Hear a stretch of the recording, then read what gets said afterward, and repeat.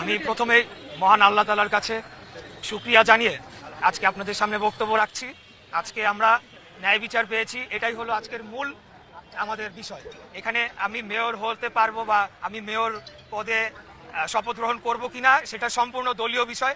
আমি বাংলাদেশ জাতীয়তাবাদী দলের হয়ে ধানের শীষের মার্কা নিয়ে 2020 সালের 1 ফেব্রুয়ারি ঢাকা দক্ষিণ সিটি কর্পোরেশনে অনুষ্ঠিত যে মেয়র পদে নির্বাচন করেছিলাম এবং পরবর্তীতে সারা বাংলাদেশের কাছে, জাতির কাছে দিন দুপুরে আপনারা দেখেছেন ডাকাতি হয়েছে। মিডিয়ার ভাইরা সারাদিন আমার সাথে ছিল এবং নির্বাচন পূর্বের যে প্রচারণার যে কার্যক্রম তার প্রথম থেকেই ডে ওয়ান থেকেই আমরা অভিযোগ দিয়ে আসছিলাম। সেখানে বিভিন্নভাবে আমাদের প্রচারণাকে বাধাগ্রস্ত করা হয়েছে। আমাদের তখনকার বিএনপি সমর্থিত কাউন্সিলর প্রার্থীদেরকে বিনা মামলায় গ্রেফতার করে নিয়ে যাওয়া হয়েছে। আমাদের প্রচারণার মাইক ভাঙচুর করা হয়েছে, পোস্টার ছিঁড়ে ফেলা হয়েছে। আমাদের শেষ দিকে গিয়ে আমার মিছিলের উপর হামলা পর্যন্ত হয়েছে এবং আমাদের বহু নেতাকর্মীদের মেরে রক্তাক্ত করে ফেলা হয়েছে। সর্বশেষ নির্বাচনের দিন আমি মিডিয়ার সমস্ত ভাইদেরকে নিয়ে বিভিন্ন কেন্দ্রে যাই। সকাল 9:30 পর্যন্ত তারা কেন্দ্রই খোলে নাই। 9:30 থেকে 1 ঘন্টা 1.5 ঘন্টার মতো কেন্দ্র কয়েকটা খোলা ছিল।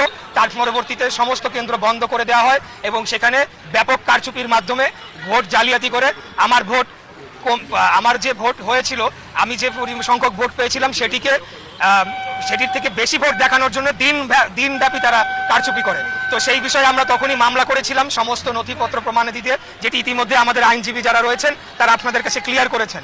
তো আমি যেটা বলতে চাই যে সবচেয়ে মূল বিষয় হচ্ছে যে আজকে ন্যায় বিচারের আমি পেয়েছি এবং বাংলাদেশে ন্যায় বিচার ফিরে আসুক। জনগণ, একজন সাধারণ নাগরিক যাতে তার ন্যায় বিচারটি পায়, সেটির ধারাটা যে শুরু হচ্ছে বা শুরু হয়েছে খুনি স্বৈরাচারী ফ্যাসিবাদী হাসিনা সরকারের পতনের পর, সেটির ধারাটা অব্যাহত থাকুক এবং পরবর্তীতে বাংলাদেশে আমরা সর্বস্তরে ন্যায় বিচার প্রতিষ্ঠা করতে পারি। এটি হচ্ছে আমাদের মূল উদ্দেশ্য, মূল লক্ষ্য। ধন্যবাদ।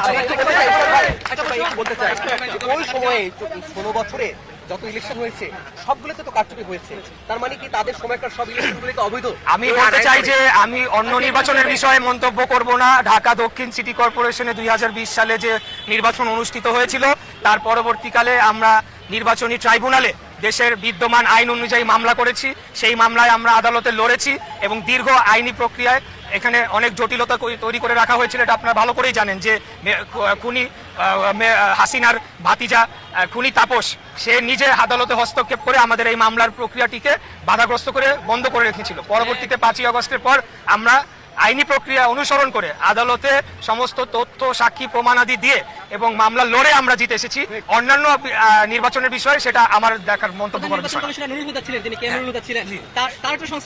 আমি মনে করি যে নিএম নুরুল হুদা সহ অতীতে রকিব কমিশন ছিল, হুদা কমিশন ছিল এবং সর্বশেষ কি নাম, সর্বশেষ আউয়াল কমিশন, এই কমিশনে যারা সাংবিধানিক পোস্টে ছিল, আমি মনে করি যে বাংলাদেশের যে এই অগণতান্ত্রিক ধারায় বাংলাদেশকে ধ্বংস করার যে চক্রান্ত হয়েছিল, সেটা ফ্যাসিবাদী শাসন যে কায়েম হয়েছিল, সেখানে সাংবিধানিক পদে যারা ছিল তারা অবশ্যই তাদের দায়িত্ব এড়াতে পারে না, কারণ সাংবিধানিকভাবেই তাদেরকে সেই ক্ষমতা বলি দেওয়া হয়েছিল। তারা সম্পূর্ণ ইন্ডিপেন্ডেন্টলি, তারা কোনো কিছুর কোনো চাপে না পড়ে এবং কোনো কিছুর বশবর্তী না হয়ে তারা কাজ করবে, কিন্তু সেটিতে তারা ব্যর্থ হয়েছে।